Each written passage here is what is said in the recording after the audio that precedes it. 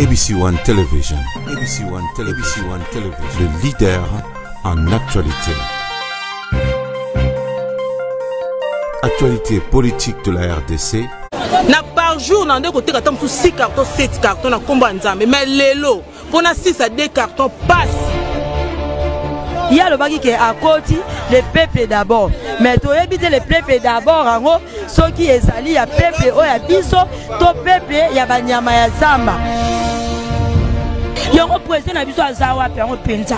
À côté la biso té, à côté la souffrance, on a un bon côté.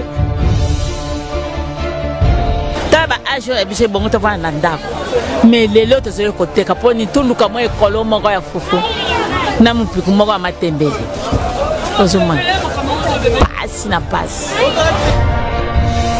oh pensa eleki pande ya kuluka après gouvernement sikasio ebimi oyaki na kake wana endi ya makambo beteli nde subiso na wenze bakile bazate oka makaya maluvwanga yango na wenze ngapa na leli raisi azo to banga liwana na mama yema na banga maokete ngana le na raisi bebe raisi retour be kai mo aso songa ndaku na bango na gouvernement Kabila ezaki bongo te ata to finga ke mezaki na bongo te parce de leki siko makasi ko leki en tout cas to koka te parce leki to koka te boite to raisi azalaki en tout cas makamso ezaki malamu otika ko soki moyen ezali amoni ke moyen ezasuta ko senga banda apesa tana mutu mususu a remplacer po mboka na biso souffrance leki makasi shudanga bazonga to kufide ko kufa lisusu nga makala malufa ngande yango tozomona oka makala malufa yango nde tozo kamwa kuisi dai 25 000 komi 40 000 sac ya tomate ko kesa tomate komi 120 000 150 000 pile kutu kolobati biso kutu akolobati savant to sombaka 300 200 savant komi 700 800 fufu yango ekomi ba 150 000 tala semul lelo na ucho ko somba semul 32 000 c'est la market omoni market yo to baleki osomango biso 200 mais lelo tokomi osomango 500 francs toteka ngo na 800 700 awa na wenzo ngombe 1 kilo ya viande $20 40 000 sur 40 000 mbongo tika na combien c'est que l'os 40 000 c'est que semu 35 000 bida huile 95 000 tokomi wapi ya ngane moderne ole la kara kiste raisi ya zonga po moye yate moye sate omo na mbiso ya mikio rami nango 48 000 omo na mbiso rami nango 64 000 bona so bénéfice ne bande na yenga mama na oteka te na zandeni boete tozaki boete tozokende wapi tomona ki yende voisin muzuri bongo to baye moye yate ba fête ezalaki matanga banini babiloko nyonso wana bakangi couvre-feu yoko bomande biso ko boma wenze mobile kasi tozonga na biso na gouvernement kala ope passe leki biso to ko teka te tozo koya chaque jour kana mosa soda mais eloko te salaire ti sikona bafuti na mti tozo nyoka mabu passe posa china amazonga tolembi na bampiaka bo misale zate toteka dozate tolembi misale zate china amazonga ondre tozo kende ko kufa don tozo kende ko beba tokomi wapi makambeze ya ko beba makasi en tout cas pesa bien te boyete bakebe to silika. Les gens sont en train de passer et d'autres sont en train de faire leurs besoins en cours de route. Et l'Engia Congo, Ango, et autour des ordres à Congo, Belabiso, vraiment c'est étonnant. En pleine journée, nous sommes en train de quitter l'aéroport.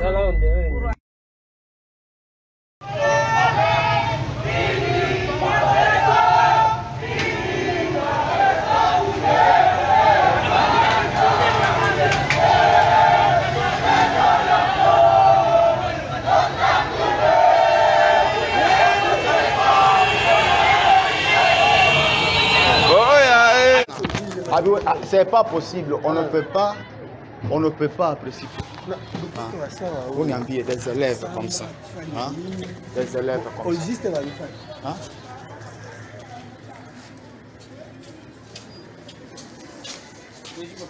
Bonjour.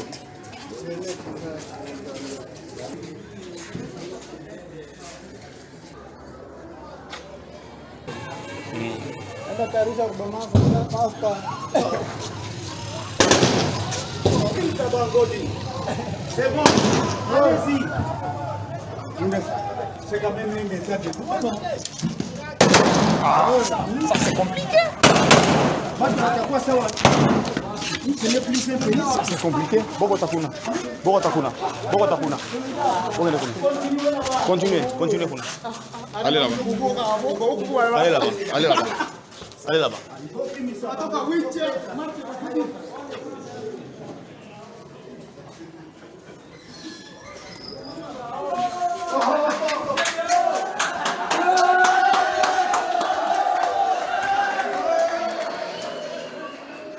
Comment ça te parle? Comme vous venez de voir là, nous sommes à Béni. Les élèves viennent d'être arrêtés en uniforme. Ils sont entrés à tôle en uniforme. Faut pas toucher là. En uniforme. Ils sont arrêtés en uniforme. Et ils viennent d'entrer dans la maison carcérale en uniforme. Des petits enfants. Que donc nous sommes en train de demander que ces enfants soient relâchés immédiatement.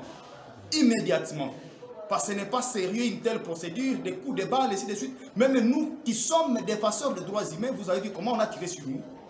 Donc des choses comme ça, on ne peut pas tolérer que ça puisse continuer parce que les gens, lorsqu'on voit de telles barbaries, des dérapages du côté de certains hommes brebis galeuses, on ne peut pas tolérer ça dans un État qui se dit État de droit. Donc nous réclamons la libération pure et simple de tous ces enfants-là. Ils sont plus de 20. Une trentaine d'enfants. Vous avez vu comment des jeeps venaient avec des enfants, ramassés de tous bords. Et puis c'est la violation de toute procédure. Donc nous allons suivre et nous sommes en train de réclamer que tous ces enfants soient relâchés. Merci. À propos de la MONUSCO, là aussi je crois que les jeunes gens sont emportés par les émotions d'une part et je pense même qu'il y a quelque part de la manipulation des adultes. La MONUSCO est venue en partenaire en République démocratique du Congo pour nous aider à éradiquer les violences, à stabiliser le pays et surtout à protéger les populations. Je peux comprendre cette expression de colère, de ras-le-bol vis-à-vis des violences qui se font, mais ce n'est pas la MONUSCO qui en est responsable. Cette violence, elle est aveugle, elle est lâche et elle est sournoise. On ne la voit pas toujours venir. Ce n'est pas la MONUSCO qui la suscite. Et donc vous devez comprendre que la MONUSCO est là pour nous accompagner dans les efforts que nous fournissons. Et je vous promets, chers enfants, en tant que père d'abord, mais ensuite en tant que chef de l'État, que j'apporterai les solutions à vos problèmes. Veuillez regagner vos foyers et ne vous laissez surtout pas manipuler par des adultes qui, eux, ont un but qu'ils recherchent, un but politique à tout cela. Voilà ce que je peux dire à ce sujet. Je vous remercie. La première des choses que je voudrais dire à l'endroit de ces jeunes écoliers, c'est ma compassion. Je suis de cœur avec eux et je suis attristé par cette situation. Je ne crois pas que c'est en arrivant à Béni, comme ils le demandent et le souhaitent, maintenant, que la situation se réglerait. Ce que je suis en train de faire maintenant et que j'ai déjà annoncé, c'est le train de mesures radicales que nous allons prendre pour toutes ces régions en difficulté, en proie à la violence, c'est-à-dire l'Ituri, le nord et le sud Kivu, pour justement répondre à leurs souhaits. Je leur demande de ne pas rester exposés comme ça aux intempéries et peut-être même au risque d'exaction contre eux, et leur promets encore que je serai là bientôt. Astrid Djani Odia. Astrid Djani Odia. Yo, Oyebi Noël Tchani ndengeni. Aza papa leki na yo, papa kulutu na yo, to aza nokuna. Noël Tchani aza mobali ya balingai. Noël Tchani moi David Totolo wa est candidat président de la République. Oui, owana. Abali yo beaucoup tani wa abali yo na nini. Abali wa pese mbongo bokenda commune to ndengeni. Voilà. Tokutana na aéroport ya Njili na ya aéroport ya Bipemba na Mbujimai. Toye na Kinshasa, to ba. Maza na Kasai na Mbujimai. Na nini mwa? 2010. Na 2010. Oui, na 2010. OK. Bokutana na aéroport. D'accord. Alingeli yo na aéroport. OK. Tomati avion, ngana banda ko ya en famille. Parce que je devais continuer na ba études nanga supérieure. Tokomi na Kinshasa, basolo na papa, je lui ai présenté na famille na biso, to sali mariage coutumier et puis toki na commune na Lemba, to sali mariage civil. Na 2010. Na 2010. Donc, aux femmes légales et officielles, il y a monsieur Noël Tchani David. Oh oui. Donc, au Balani, na 2010. Na 2010. Coutumièrement. Et civilement aussi. Est-ce que vous faites ensemble? To fanda ensemble été. Noël atikanga na Kinshasa et ya kende États-Unis. To bandi ko sala ba démarche pour que na lande na États-Unis. Ba démarche yango etournaka kaka bien te. To komi na 2012. To ke commune balobi acte de mariage est faux. Ce n'est pas un vrai acte de mariage. Je lui ai parlé na ABC à Ndima qui était à Boui. En 2014 Tchani aye na Kinshasa. Na ABC likambana l'ambassade balobi acte de mariage a biso eza lokuta. Tozonga commune pour vérifier qu'est-ce qui se passe. Tozongi na commune commune à Lemba. Nanga na yeto ke commune à Lemba bisomi balé. Là c'est en 2014 au mois de juin. To commune na commune to vérifier to kuti acte na biso ezate. Na kuti kaka moto a enregistré le même bourgmestre était encore là. Na papa oya banda ko signer papa papier na biso. C'était tout ça je crois. Oui, je pense c'est tout ça. C'était lui non? Oui, bourgmestre oui. OK. To vérifier to kuti ke ya solo mariage eza enregistré té. Alors on a posé question à papa wana. Mon colo na kendeki affaires étrangères, acte de mariage bungaki. Ezaki pas camarade, Tchani a recommandé qu'il n'est pas moninga nae. Basale nga passeport balobi acte de mariage nange bungi. Na zonga commune basale nga duplicata. Mais en 2014 tokuti mariage wana ezali sous enregistré té. Alors on a trouvé un go bizarre. To bandi ko sala banquette pona yeba qui était derrière ça. Mais tu as quand même des photos, la photo ezali tout eza. La même commune m'a reproduit encore deuxième acte de mariage il y a 2014. OK. Parce que pour l'instant, nous avons deux actes de mariage. Il y a 2010 et 2014. En 2014, on a beaucoup de Tchani. On a Tchani moko. Basale libiso acte de mariage. C'est leur banquette tout ça là. Tchani moko nda benga commune. Alors bi bakata papier wana trace ya mariage ezalate. Pour quelle raison il est moko ayebi. Donc à Balio, après à casser une fois l'écriture à Tibamo. Balio mi sa mariage. Donc c'est Tchani lui-même qui a. Tchani lui-même qui était derrière. Ça na senga qui na commune. Balio mi sa mariage wana ezala na trace na communauté. Donc si aucune ambassade ba lo ki eza duplicata à l'hôpital donc Tchani moko. Tchani moko nda zaki na senga c'est wana. Oui, pona ki États-Unis té. OK. C'est qu'on a 2014 temps ba ibando ofanda ndako moko. To bando fanda na hôtel Berveli, place Tchani Zoologie maintenant. Des places de bando fanda nae. Berveli na Gombe. OK. Pour vivre qui moi c'est pas mais moi c'est pas femme. Papa, mboto sali de 2010 à 2017. Ça faisait 7 ans. Mais ngana Tchani on a passé le moment ensemble que 197 jours. Ça c'est ça le mariage. 197 jours. 197 jours dans 7 ans de mariage. Pourquoi? Parce que l'homme était tout le temps là. Il était tout le temps aux États-Unis mais m'a abandonné moi ici à Kinshasa. Est-ce qu'il l'appelait, il s'occupait de vous? Est-ce qu'il prenait en charge sa femme? Oui, il s'occupait de moi à l'époque, il me prenait en charge.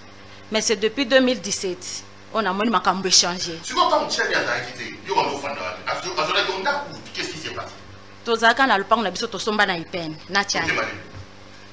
OK, en 2014, certificat et monanité. Bah ça les certificat aussi. Entre Tchani, à te reconnaître que à mobile. Oui, à te reconnaître yango. Ce qu'on roboti na Tchani, vous allez voir. To boti mwana moko ya mobile. Azana âge. Mwana ko kisi 6 ans. Donc dans la 2021, donc moi on a terminé en 2016. 2014. 2015 plutôt, mars 2015. Mars 2015. Bandego, ici je peux témoigner. L'enfant est ici sur mon plateau, mais je ne voudrais pas exposer l'enfant.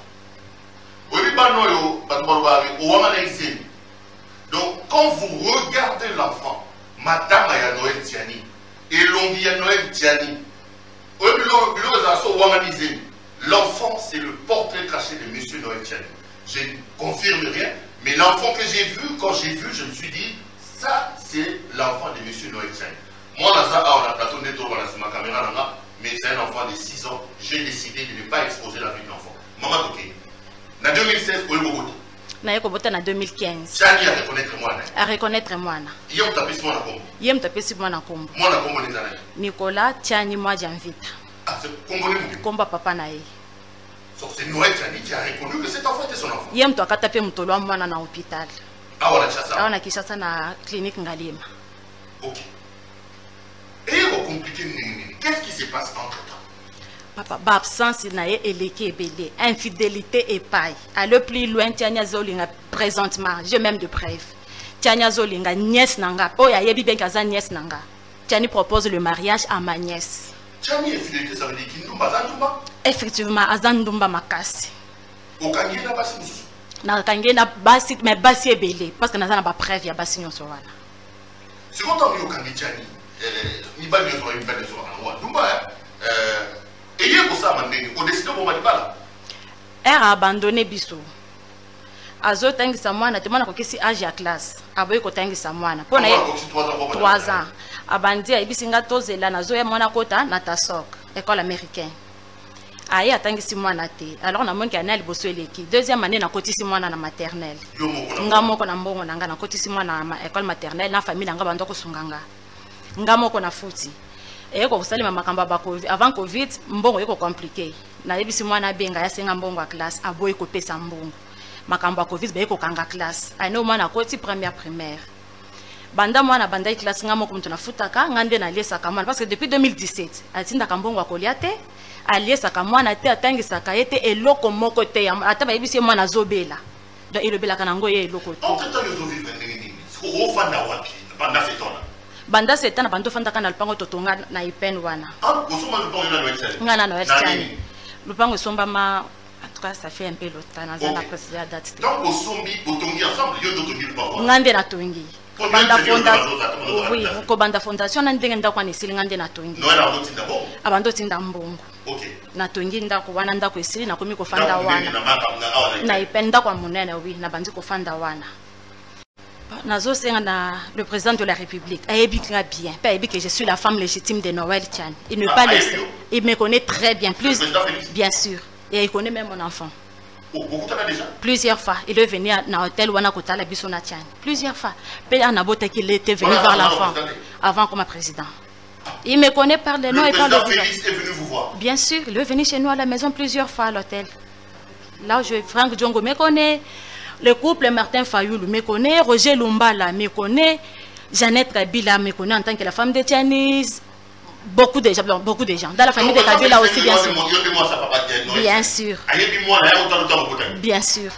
Et il y a aussi beaucoup de journalistes qui sont la femme légitime de Noël Chani. Beaucoup de gens me connaissent. Voilà, on a la présidente de la République. S'il y a moyen, à part divorce, qu'est-ce que Tiani me fait encore? Il est d'accord pour le divorce. Moi aussi, je suis d'accord pour le divorce. Pourquoi qu'on me déconne? Parce qu'on déconne à policier, à colonel, ceux qui colonel, ceux qui lieutenant, ceux qui n'ont pas de mal à l'aise à organiser dit par la police. Balou kanganga partout, kokanga bande konangai, kokende kotrake famille nanga mobimba chaque jour. Kozang sa ba famille na bisopé.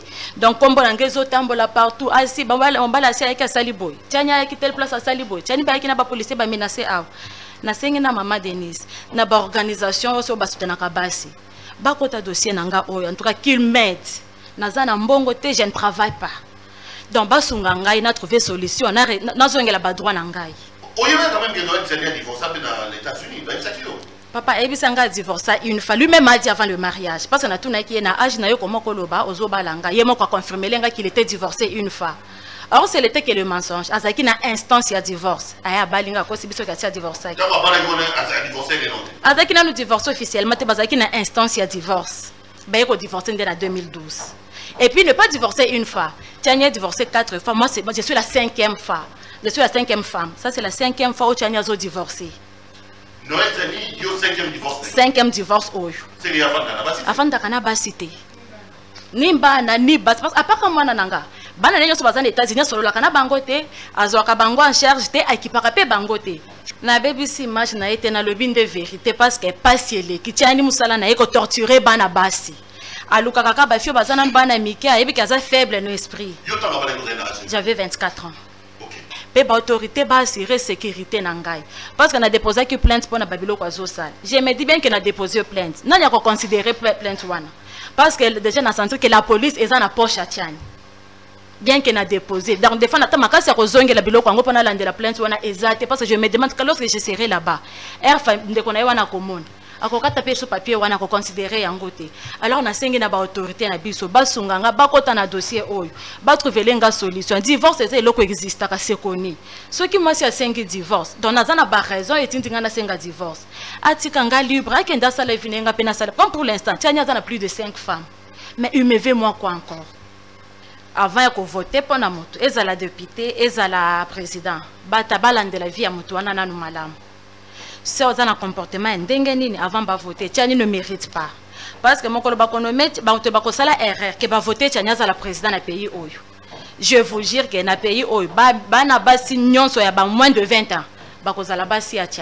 Vouloir ou pas, Tiani a boto la bana wana bakoza la basi na ye. Oui, 16 ans, 16 ans jusqu'à 20 ans. Nde basi Tiani likaka. En tout cas, ceux qui va salir erreur, on a montonné sur les kazana ba jeune fille pas naie, et ben qui va causer la, ba esclave sexuel ya Tiani. Esclave sexuel, c'est quand même grave. C'est ça. Je pèse mes mots. Pena ebe on a zolo. Et Tiani azamu tuté, azamu tuté. Attends, ceux qui attendent, mais il n'a pas la moralité. Tiani azo vivre na immoralité. Ceux qui botier Tiani na banque centrale, c'est comme si mbongo wana bo pesi pour abuser na bana basi ya batu. Donc, à cause détruire ma famille est belée. Donc, attends, il y a une candidature, Tiani, tu votes. Attends, il y a une candidature, va voter. Bato ba meka ko vérifier via Tiani na lobby. Tiani a zo fanda na Beverly Lodge. Ezan avenue Nyembo na numéro 9. Bato ba meka ko kende ko vérifier, ba expliquer bango via Tiani. Ceux qui ba douter na on na lobby, ba kende na hôtel wana ba se renseigner ba ko yebisa bango qui est réellement Noël Tiani. C'est un prédateur sexuel. Ah, effectivement. Donc, c'était une grosse erreur. Une grosse erreur. Donc, président Félix, après ça, c'est l'ordre. Après ça, il place à mon côté. Atika Fandandenga Fandiwana. Botuna yena banque mondiale. Babengani epona agression sexuelle. Ah, alors on est à la centrale banque. Babengana epona agression sexuelle. Yango babengane na banque mondiale. Ah, on a les États-Unis. On a les États-Unis, effectivement. Je vérifie, j'ai trouvé cette information. Tiani ceux qui a commis président dans tout d'autres pays bisomoko. Et puis il y a beaucoup de postuler dans ndengeni. Parce que na yoka kalobaka ba muta ko postuler face à la Congolais, moi tu n'es Congolais. Lui-même il est Congolais. Tiani n'est pas Congolais. Posez-lui la question s'il est Congolais. Non mais il était ici, je lui ai posé la question. Et vous avez dit il est Congolais? Oui, Tiani est Congolais. Ah bon? Attends, moi je suis Congolaise. Si on a beau dire moi na Congo, la femme doit avoir quelle nationalité? Alors, papa n'a tout une question, hein? Nga naza congolaise, Tiani aza congolais. Toboti mwana na Congo. Mwana bisa kuza nationalité ni? Ya Congo. Mais comment nga za américain? Moi naza américain. Tuna Tiani. Yebise ke ngande na lobby. Donc moi nous ambassade des États-Unis bébé. Baebi en tant qu'américain. Azana passé azan passé pour na ya ba américain. Moi na Tiani. Oui. Donc Nico. Ambassade de Benji ngande kenda ko za passeport. Nico Tiani moi devita moi na nga 6 ans. Moi na nga wa 6 ans. Donc les lois des États-Unis ont que des ça. Ah, Kendene sans problème. Donc moi on a profité dans cette papa. Il y a papa na ye. Maman a tkala ko kende États-Unis, tenga également na tkala ko kende États-Unis té. Parce que moi on a dû passer par là. Ah, Kendene sans problème.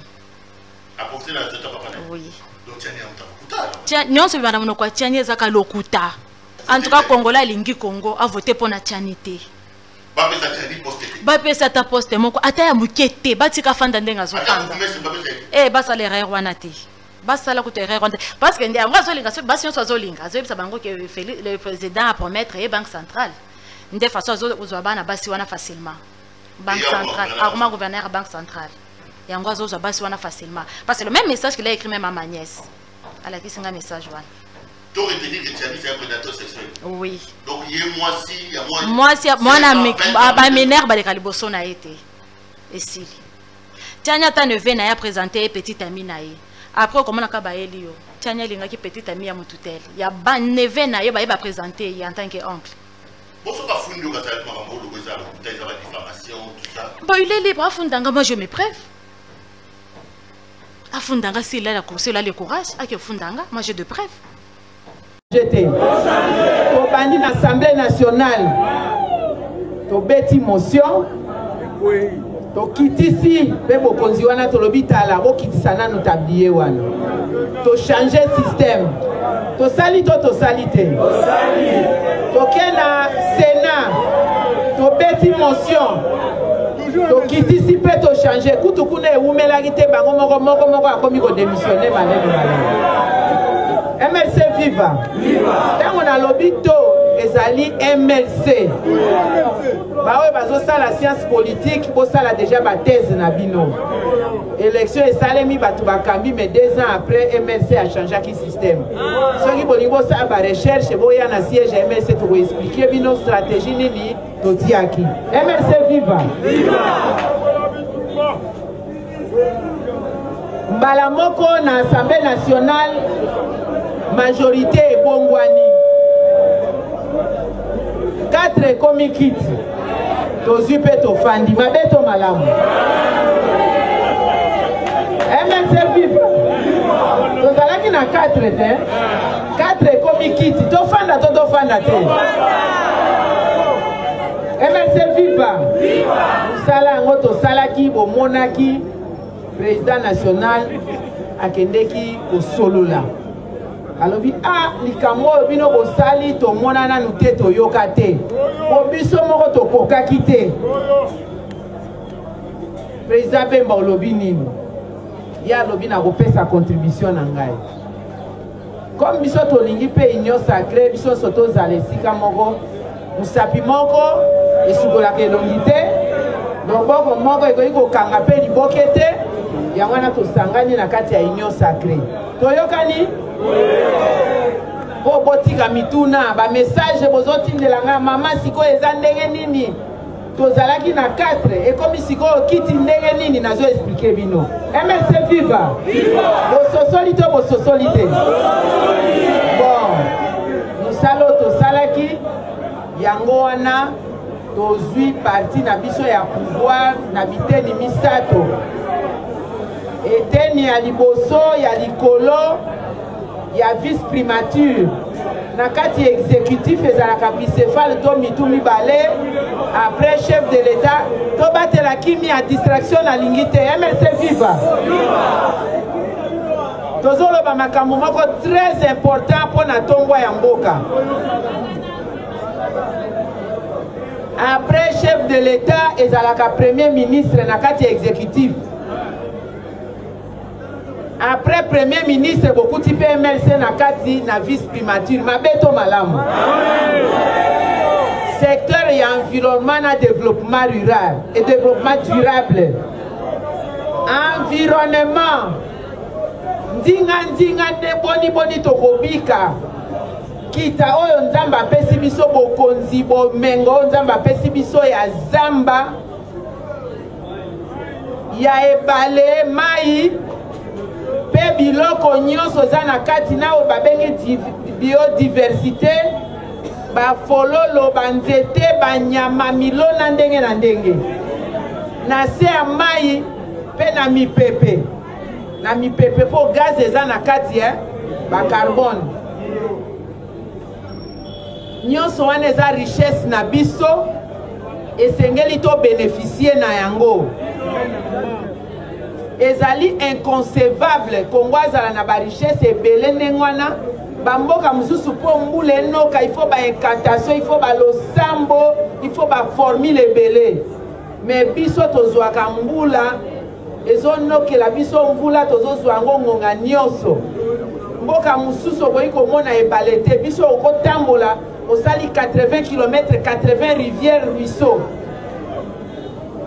MLC viva il faut to bénéficier nango toza batu oyo toza na zamba ebele zamba na biso babengi yango bassin du Congo epalangani na Afrique centrale mobimba kasi 60% eza epa na biso soko okalkile bazamba ya Afrique mobimba 47% eza epa na biso tozali na oyo mai mabeto mai makomela babengi eau douce ebele mokili mobimba bakomo otia liso epa na biso bongo biso moko tozanga mai eske eza normal ya komela biso moko tokufa nzala to importe loso masangu nguba mbila, est-ce que c'est normal?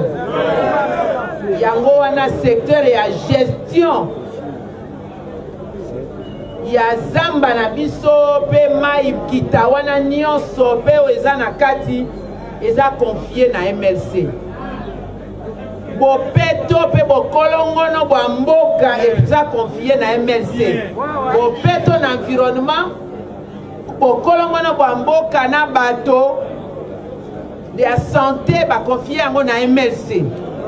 Tozolela mingi insécurité na bas grand centre ville oyo bakuluna pona bozangi misala makambo ebele soko tali pe ba rébellion ndenge na ndenge ba désordre na mboka, une partie ya sécurité pesa confiée na MLC. Mabeto malamu ongo na kombo ya président national Jean-Pierre Bemba oyo apesi biso confiance alobi oyo ya apesi na biso misato ezali lokola apesi na ba militante nyonso ba militant responsabilité ya kokamba mboka. Ndenge totelemaki na MLC ngui atako babundisi biso mipepe na bambonge totelemi ngui ayepe akomi awa akuti bato ndenge atikaki biso toleki meme nombre totelema bongo mpona kokamba mboka. Soki boyoki mikano ya gouvernement mipesami ndenge eyambemi bosutenaki na Assemblée nationale Premier ministre Samalu Konde ayaki kopesa programme ebongi to accompagner yango. Soki boyoki pe epesami na niveau ya présidence de la République, président de la République alobi tokomi lelo lisanga moko système échangé, environnement politique peut échanger, to salela yango to accompagner ba militante pe ba militant. MLC viva. Viva. Na secteur ya biso.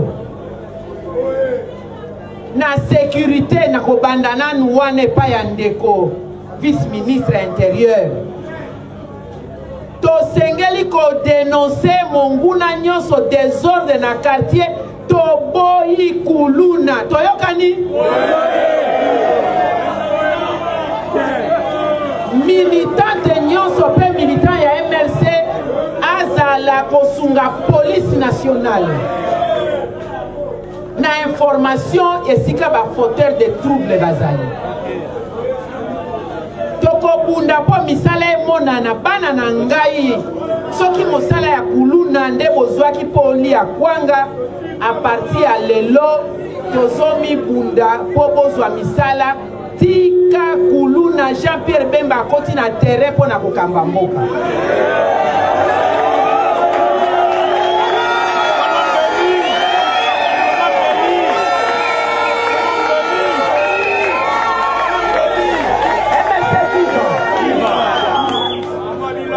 Totika moyibi bilanga ekosalema ezosalema pe deja. Tozali na mabele ebele tokoki kolona tomileisa biso moko toleisa pe Afrique mobile.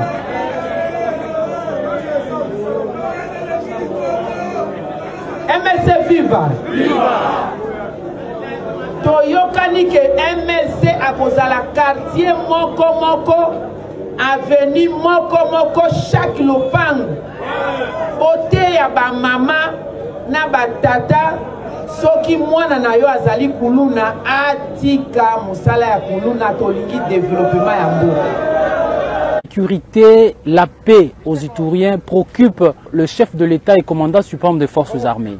Là, nous sommes en direct de l'aéroport de Murongo. Donc, nous sommes en pleines opérations. Bientôt, vous allez voir l'appui aérien. Le peuple iturien va savoir que la sécurité, c'est l'affaire de tout le monde. Voilà la raison pour laquelle, aujourd'hui, le ciel de Bunia sera envahi par les avions de chasse des forces armées de la République démocratique du Congo. C'est pour appuyer les opérations contre tous les groupes armés qui sont encore hostiles au processus, et tous les groupes armés seront traqués. Ceux-là qui ne voudront pas déposer les armes, ils seront traqués comme jamais auparavant. Nous allons imprimer le professionnalisme des forces armées. D'ici là, vous allez voir le Mi-24 pour un travail de titan et donner la paix au peuple ivoirien et neutraliser ceux-là qui insécurisent notre population. ABC One Television. ABC One Television. Le leader en actualité. Actualité politique de la RDC,